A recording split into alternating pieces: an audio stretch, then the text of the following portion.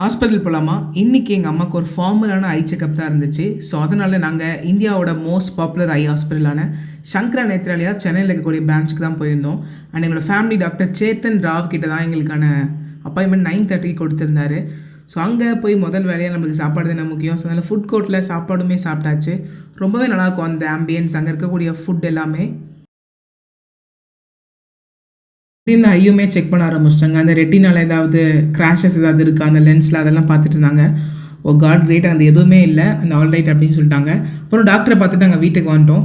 And வீட்டுக்கு வரும்போது ஒரு ஹாப்பினஸ் என்னென்னா, டாக்டர் ஆல் ரைட்னு சொல்லி அனுப்புவார் பார்த்தீங்களா, அது வேறு லெவல் ஃபீலாக இருக்கும். அண்ட் அப்படியே நாங்கள் ட்ரெயினில் தான் வந்தோம், டி நகர் டு தாம்பரம்.